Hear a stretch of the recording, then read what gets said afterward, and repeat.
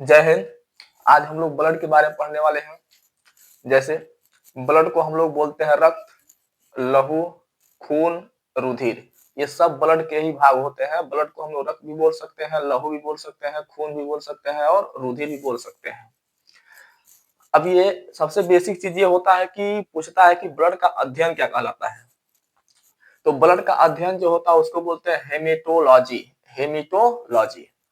तो ब्लड के जो भी बेसिक चीजें होती हैं उनको आज हम लोग कवर करने वाले हैं। अगर आप लोग ध्यान से देखेंगे तो बहुत सी चीजें आप लोगों को सीखने के लिए मिलेगा। तो वीडियो को अंत तक देखिएगा और एक भी जगह अगर स्किप किए तो समझ जाइए कि बहुत से चीजें छूट जाएंगी। तो आप वीडियो को कहीं पर भी स्किप नहीं कर सकते हैं। तो ध्यान से देखना है इसको। तो पहले हम लोग लिखे हैं कोलाइडी बिलियन। तो ब्लड क्या होता है? ब्लड एक कोलाइडी बिलियन होता है। अब ये कोलाइडी बिलियन क्या है? तो ऐसा पदार्थ जो किसी कपड़े में अगर उसको रखें और रख करके अगर उसे छाने तो उसके जो कण होते हैं वो अलग हो जाए, तो उसे हम लोग बोलते हैं कोलाइडी बिलियन। मतलब ये एक गाढ़ा पदार्थ होता है, चिपचिपा पदार्थ होता है, उसी को हम लोग बोलते हैं कोलाइडी बिलियन। अब ये बिलियन का पार्ट होता है। बिलियन में अगर आप लोग पढ़ेंगे तो उसको अलग से समझाया जाता है बिलियन क्या होती है। फिलहाल ये हमारा जो ब्लड होती है कौन सा बिलियन है? तो कोलाइडी बिलियन। एग्जाम पूछता है कि ब्लड किस प्रकार का बिलियन होता है, तो उसमें लिखा होता है कोलाइडी बिलियन। तो कोलाइडी बिलियन पर हम लगा सकते हैं।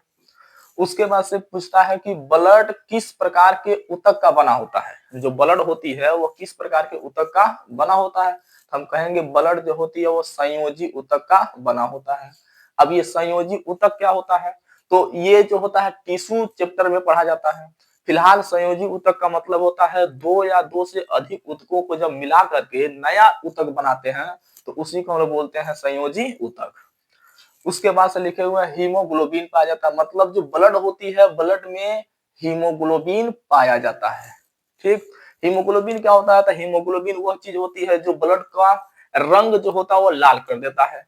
और साथ साथ में जो हीमोग्लोबिन होता है वह आयरन की भांति यानी कि शरीर को स्ट्रांग बनाता है। तो ब्लड में ही पाया जाता है हमारा हीमोग्लोबिन। उसके बाद से सबसे बारीक वाली चीज ये है कि पूछता है कि मेल में हीमोग्लोबिन की मात्रा कितनी होती है, फीमेल में हीमोग्लोबिन की मात्रा कितनी होती है। तो एक मेल में हीमोग्लोबिन की जो मात्रा होती है वह 14 ग्राम पर डेसीलीटर। मतलब 1 डेसीलीटर अगर हम ब्लड लेंगे तो उसमें हीमोग्लोबिन की मात्रा कितनी होगी? 14 ग्राम। वहीं पर फीमेल की बात करें तो उसमें 13 ग्राम पर डेसीलीटर होती है। अब मेल में जो है 14 ग्राम पर डेसीलीटर और फीमेल में 13 ग्राम पर डेसीलीटर। यहाँ पर लिख दिया हीमोग्लोबिन। हीमोग्लोबिन को हम लोग सामान्यतः HB से प्रदर्शित करते हैं। हीमोग्लोबिन का मतलब होता है आयरन यानी कि लोहा। तो जिसके शरीर में आयरन की मात्रा अधिक होगी उसमें समझिए कि हीमोग्लोबिन की मात्रा अधिक है। मतलब हीमोग्लोबिन अधिक है तो आयरन अधिक है, हीमोग्लोबिन कम है तो आयरन की मात्रा कम है। मतलब मेल के अंदर हीमोग्लोबिन की मात्रा अधिक होती है। अधिक होने की वजह से जो एक पुरुष होता है उसका शरीर कठोर होता है, जबकि महिलाओं में हीमोग्लोबिन की मात्रा कम होती है जिससे उनका शरीर माना जाता है कि मुलायम। मुलायम का मतलब ये हो गया कि थोड़ा कमजोर होता है। उसके बाद से पूछता है कि मेल में ब्लड की मात्रा कितनी होती है। तो मेल में जो होता है ब्लड की मात्रा वह 5.5 लीटर होती है। मतलब एक स्वस्थ व्यक्ति है उसके शरीर में ब्लड कितनी होनी चाहिए? तो 5.5 लीटर। इससे थोड़ा बहुत कम बेसी हो जाएगा, कोई दिक्कत नहीं है, लेकिन सामान्य व्यक्ति के शरीर में इतना ब्लड होनी चाहिए। उसके बाद से जो फीमेल होती है, फीमेल में ब्लड की मात्रा कितनी होनी चाहिए? 5 लीटर। अब यहाँ पर देखिए हीमोग्लोबिन कम बेसी हो गई। यहाँ पर 14 ग्राम पर डेसीलीटर, 13 ग्राम पर डेसीलीटर। चूंकि मेल में ब्लड की मात्रा अधिक है इसलिए हीमोग्लोबिन की मात्रा भी अधिक है। फीमेल में ब्लड की मात्रा कम है इसलिए हीमोग्लोबिन की मात्रा भी कम है। ठीक है। उसके बाद से ये जो ब्लड होती है हमारा ब्लड, ब्लड का निर्माण कहाँ होता है ये भी इंपॉर्टेंट चीज है। तो पूछता है कि ब्लड का निर्माण कहाँ होता है। तो हमें पूछना है कि दो चीजें। एक तो जो छोटे बच्चे होते हैं, छोटे बच्चे का मतलब जो एम्ब्रॉय होता है, जो भ्रूण होता है, जो अभी पैदा नहीं हुए रहते हैं, उनमें ब्लड का निर्माण कहाँ होता है। और जो वयस्क हो जाते हैं, पैदा होने के बाद धीरे धीरे बड़े हो जाते हैं, उनमें ब्लड का निर्माण कहाँ होता है? तो भ्रूण जो होती है उनमें ब्लड का निर्माण, या जो छोटे बच्चे एकदम अभी ज्यादा छोटे न शिशु हैं, उनमें ब्लड का निर्माण जो होता है वह लीवर में होता है। जबकि बड़े व्यक्ति जो होते हैं, वयस्क व्यक्ति होते हैं, उनमें बोन मैरो का मतलब होता है अस्थि मज्जा। अस्थि मज्जा क्या है? जो हड्डियां होती है, हड्डी के अंदर एक चिपचिपा पदार्थ पाया जाता है, उसी को हम लोग बोलते हैं बोन मैरो। जैसे अगर हम चिकन वगैरह खाते हैं तो उस चिकन के अंदर जो हड्डी जो होती है, हड्डी के अंदर की जो पदार्थ होती है उसको हम सूंघ लेते हैं, सूंघ करके उसको हम लोग खा जाते हैं, तो वही होता है बोन मैरो। तो बोन मैरो कहाँ पर पाया जाएगा? तो हड्डी के अंदर। तो निर्माण जो होती है वयस्क में, ब्लड का निर्माण जो होता है वो बोन मैरो में होती है, और जो भ्रूण होता है, जो छोटे बच्चे होते हैं, उनमें ब्लड का निर्माण कहाँ होगा? तो लीवर में। ठीक है। उसके बाद से ये पूछता है रक्त परिसंचरण तंत्र की खोज, या रक्त परिसंचरण की खोज कौन किए थे? रक्त परिसंचरण का मतलब क्या होता है, ये अलग पार्ट होता है, उसको हम अगले वीडियो में बताएंगे कि रक्त परिसंचरण क्या होती है। फिलहाल अभी रक्त परिसंचरण की खोज कौन किए? तो विलियम हार्वे। ये इंपॉर्टेंट क्वेश्चन यहाँ से बनता है, एग्जाम में पूछने वाली चीज है, दे देगा आपको कि रक्त परिसंचरण की खोज किसने की। 4 ऑप्शन रहेगा, 4 ऑप्शन में कहीं ना कहीं एक ऑप्शन लिखा होगा विलियम हार्वे। तो हम कह सकते हैं रक्त परिसंचरण की खोज कौन की है? William Harvey. अब सबसे बड़ी बात यह हो गई कि जो ब्लड होती है हमारे शरीर में बन रही है, वह ब्लड कहां पर स्टोर होती है? तो ब्लड जाकर के कहां स्टोर होगी? तो स्प्लीन में। मतलब हमारे शरीर की जो ब्लड होती है वह स्टोर कहां होगी? तो स्प्लीन। स्प्लीन को हम लोग बोलते हैं प्लीहा। स्प्लीन को ही हिंदी में बोला जाता है प्लीहा। अब यहाँ पर कुछ चीजें लिखे हुए हैं, इसको समझिए। जो स्प्लीन होती है उसी को हम लोग ब्लड बैंक भी बोलते हैं। ब्लड बैंक का मतलब होता है जहां पर ब्लड जाकर के स्टोर हो रही है, तो ब्लड बैंक, या इसी को बोलते हैं ग्रेव यार्ड। Grave yard. ठीक है। अभी जो स्प्लीन होती है, स्प्लीन को हम लोग कब्र भी बोल देते हैं। कब्र बोलने का मतलब ये होता है कि जो हमारे शरीर की जो ब्लड होती है, ऐसा नहीं है कि एक बार ब्लड बन गया तो हमारे पूरे जीवन तक चलेगा। ब्लड की भी कुछ आयु होती है, कुछ उम्र होती है, तो उम्र के हिसाब से उनका भी डेथ होता रहता है। मतलब जो ब्लड की सेल होती हैं वह समय समय पर मरती रहती हैं, तो जो सेल मर जाती है वह स्टोर हो जाएगी, स्प्लीन में जाकर के रुक जाएगी। मतलब प्लीहा ब्लड बैंक, जो ब्लड मर जाती है, ब्लड की सेलें वह यहीं पर जाकर के स्टोर हो जाती हैं, और यहाँ पर उस सेल का भक्षण हो जाता है। सेल को खाने वाला कौन सा है? वो कोशिका पार्ट में अपना पढ़ा जाएगा। ठीक है। तो प्रश्न पूछेगा कि जो मरी हुई कोशिकाएं होती है वो कहां पर स्टोर होती है? हम बोल देंगे स्प्लीन में। स्प्लीन नहीं लिखा रहेगा तो क्या बोलेंगे? प्लीहा। ठीक है। आगे लिखे हैं कोलेस्ट्रॉल। यहां पर ये इंपॉर्टेंट चीज है, कोलेस्ट्रॉल क्या होती है? तो कोलेस्ट्रॉल एक ऐसा पदार्थ होता है जो किसी अन्य पदार्थ को चिपकाने में सहायक होता है। मतलब हम कह सकते हैं कि चिपचिपा पदार्थ होता है। चिपचिपा पदार्थ का मतलब ये कि इस पदार्थ के अंदर या इस पदार्थ के संपर्क में अगर ब्लड के जो कण होते हैं, जैसे आरबीसी हो गया, डब्ल्यूबीसी हो गया, प्लेटलेट्स हो गई, चाहे अन्य जो कण होते हैं, वह इसके संपर्क में जब आते हैं तो चिपक जाते हैं। चिपक करके जो ब्लड जिस रास्ते से प्रवाहित हो रही है, जिस नाड़ी से या जिस नस से प्रवाहित हो रही है, उन नसों को ये जाम कर देती है। तो यदि किसी व्यक्ति के शरीर में कोलेस्ट्रॉल की मात्रा बढ़ जा रही है तो हम बोल सकते हैं कि जो नस होती है, नस फटने की चांस बढ़ जाएगी, हार्ट अटैक आने की चांस हो सकती है। तो यहाँ पर पूछता है कि कोलेस्ट्रॉल की मात्रा, ब्लड में कोलेस्ट्रॉल की मात्रा कितनी होती है?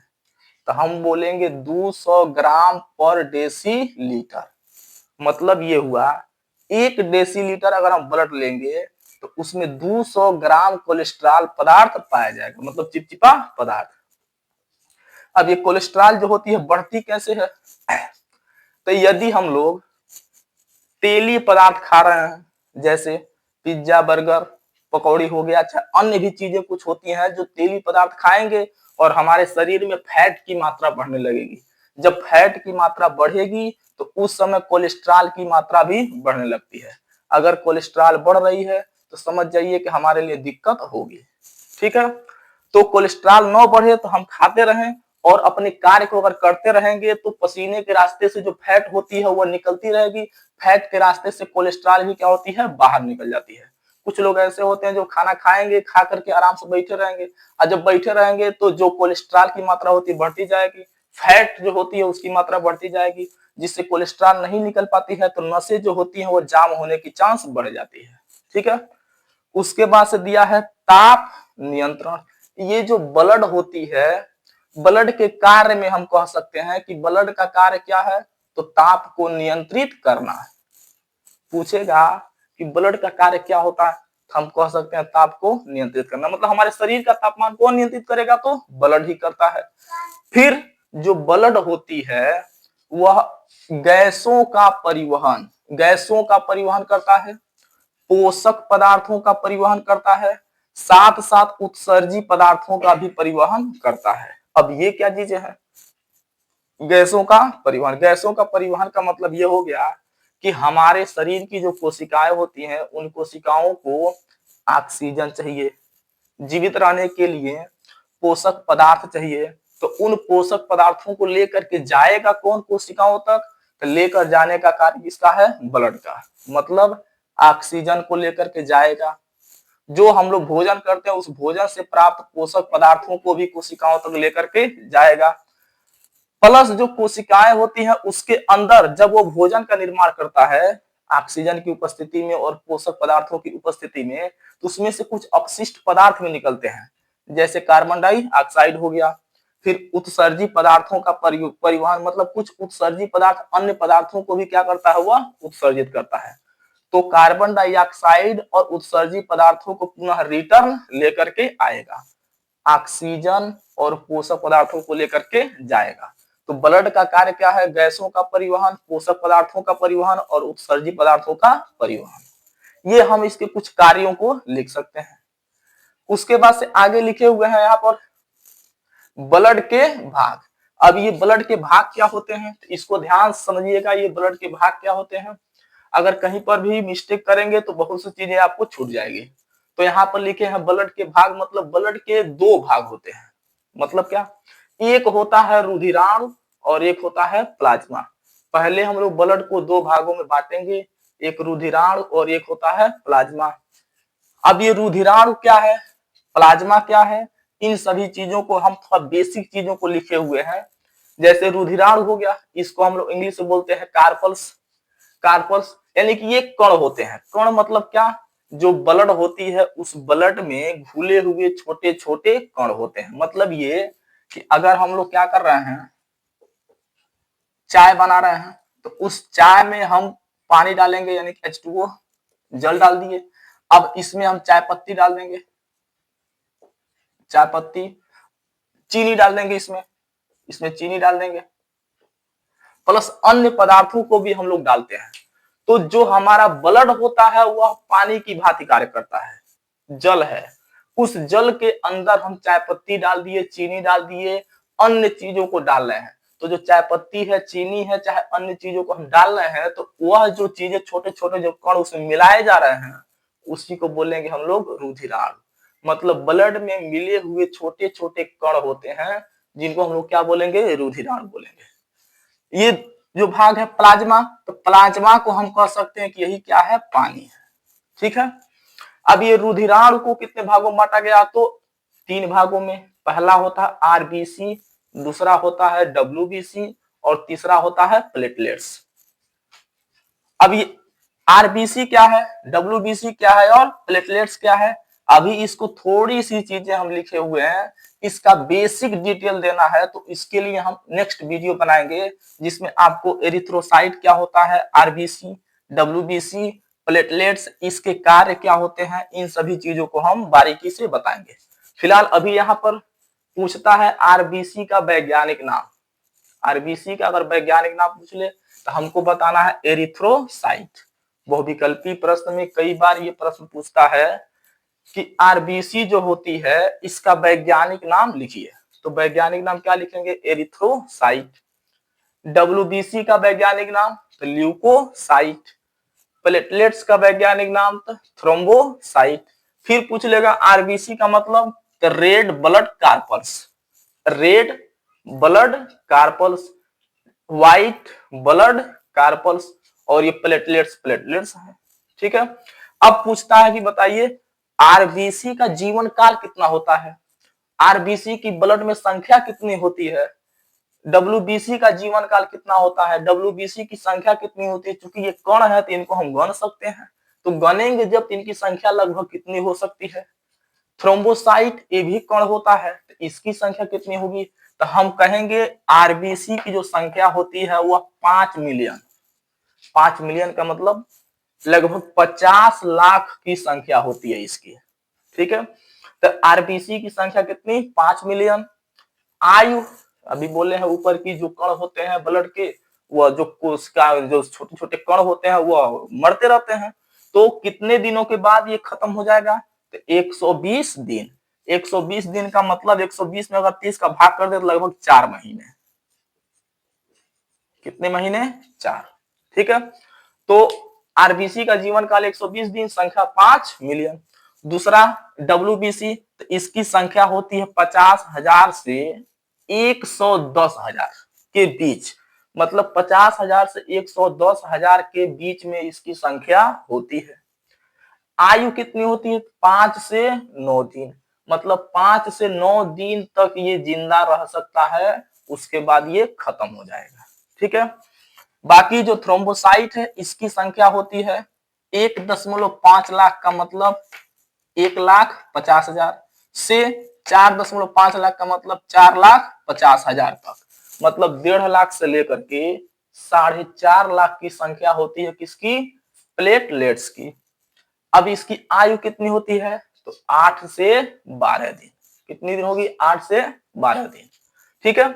बाकी इधर जो लिखे हुए हैं ब्लड के सेकेंड पार्ट जिसको बोलेंगे प्लाज्मा, इसका आकार पूछ लेता है कि प्लाज्मा की आकार कैसी होती है, तो आकार बोल देना है गोलाकार।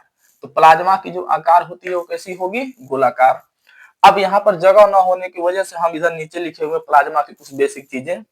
तो प्लाज्मा जो होती है ये रक्त कोशिकाओं को ले जाने में सहायक होती है। रक्त कोशिकाएं, जो रक्त के अंदर छोटी छोटी कोशिकाएं पाई जाती हैं, उनको एक स्थान से दूसरे स्थान पर लेकर जाने में सहायक होती है। फिर शरीर के तापमान को नियंत्रित करती है, क्योंकि पूरा ब्लड हमारा शरीर के तापमान को नियंत्रित कर रहा है। ब्लड के अंदर ही क्या हमारा प्लाज्मा है, तो हम कह सकते हैं प्लाज्मा जो है शरीर के तापमान को क्या करेगा, नियंत्रित करेगा। फिर रक्त दबाव को भी नियंत्रित करता है। रक्त दबाव का मतलब होता है ब्लड प्रेशर, बीपी। रक्त दबाव उसको भी क्या करेगा, नियंत्रित करेगा। रक्त दबाव क्या होती है, बीपी क्या होती है, इसको हम जब अगले पार्ट में ब्लड के बारे में बताएंगे तो सारी डिटेल देंगे इसको, ठीक है। बाकी ये जो प्लाज्मा होती है इसमें भी कुछ कण ऐसे होते हैं जो प्लाज्मा के साथ मिले होते हैं। वे कण कौन है, तो प्लाज्मा में जास्तर करके जो होता है वह जल पाया जाता है। 91 से लेकर के 92% प्लाज्मा में क्या पाई जाती है, जल पाई जाती है। उसके अतिरिक्त प्रोटीन, प्लाज्मा में क्या पाया जाएगा, प्रोटीन 7 से 8%। अब 91 से 92% तो यही हो गया, ये हो गया 7 से 8%। दोनों को अगर मिला देंगे तो अप्रोक्सीमेटली लगभग लगभग ये 100% के बराबर हो जाएंगे, कुछ कम होंगे। अब जो कम हो रहे हैं उनमें से ये सभी मिनरल्स उसमें मिले होते हैं, जैसे हार्मोन हो गया, किसमें पाया जाएगा, प्लाज्मा में। ग्लूकोज हो गया, किसमें पाया जाएगा, प्लाज्मा में। यूरिया जो होती है ये भी किसमें पाया जाएगी, प्लाज्मा में। फिर यहाँ पर लिखे हैं हार्मोन, दोबारा 2 बार लिख चुके हैं। विटामिन जो होती है, विटामिन भी किसमें पाया जाएगा, प्लाज्मा में। और मिनरल्स जो होते हैं ये भी प्लाज्मा में ही पाए जाते हैं, ठीक है। तो ये हमारा ब्लड से रिलेटेड कुछ बेसिक चीजें थी। इसके बाद ये जो ब्लड के भाग हैं जिसमें रुधिराणु है, एरिथ्रोसाइट, ल्यूकोसाइट और थ्रोम्बोसाइट, इसके कार्यों को हम लोग अगले पार्ट में पढ़ेंगे। साथ साथ बीपी क्या होती है उसको देखेंगे और अन्य चीजें जो होती हैं उसकी भी विवरण हम देंगे।